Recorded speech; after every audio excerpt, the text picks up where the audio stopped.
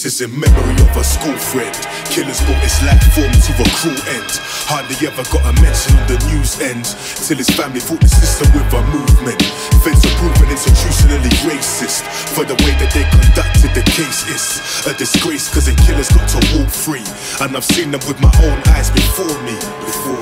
He was born in September 1974, Greenwich District Hospital, birthed on one of the wards. Parents were Jamaican, so that makes him first generation black British. Grew up in an average home, basic, named Stephen. Good black, you believe it. Even from the days of primary school, the kids achieving at the flair for art and mathematics. Not the type to start with trouble static. He was known as calm, peaceful, placid. Listen, he was the oldest of three.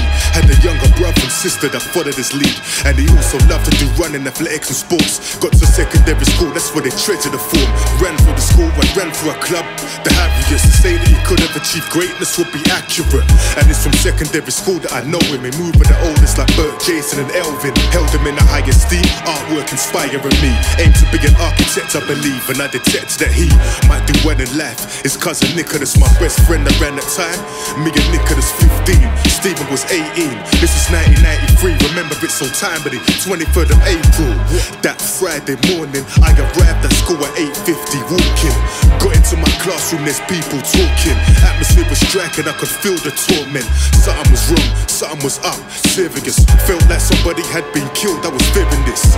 Turned out my fears equal the facts. My friend James told me what happened. Stephen was stabbed in a racist attack next to a bus stop in Eltham on the previous night. I can't believe what I'm hearing. An 18-year-old boy has been stabbed to death in what police have described as a senseless racial attack.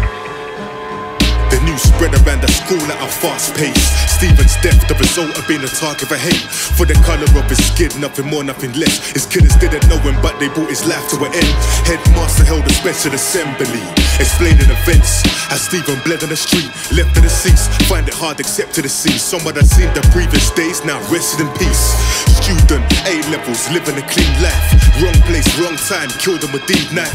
Cops knew who to chase info on these five. Racist teenagers lived on the streets right by the murder scene, and it's a certainty that they were involved. Heard the rumours how they bragged and they boasted back the killing. Everybody knew the use on those ends. When it died down, they said that they would do it again. Movement of those young men was observed, fleeing from the scene of the killing.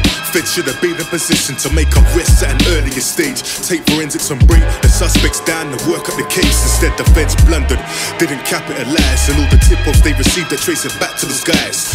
Problems escalated, witnesses intimidated. Brought the Wayne Brooks, undermined his witness statement. Stephen's friend, there upon that fateful night, saw the boys approach him using language of a racist type. Fast forward in time, we see the story emerge. Justice could never be properly served, proper disturbed, corruption hurting to see them boys in the street got away with murder it seems. And I've seen them on occasions, had to double check my vision and banish any thoughts of trying to get them. This is in memory of a school friend. Killers brought his life form to a cruel end. Hardly ever got a mention on the news end, till his family fought the system with a movement.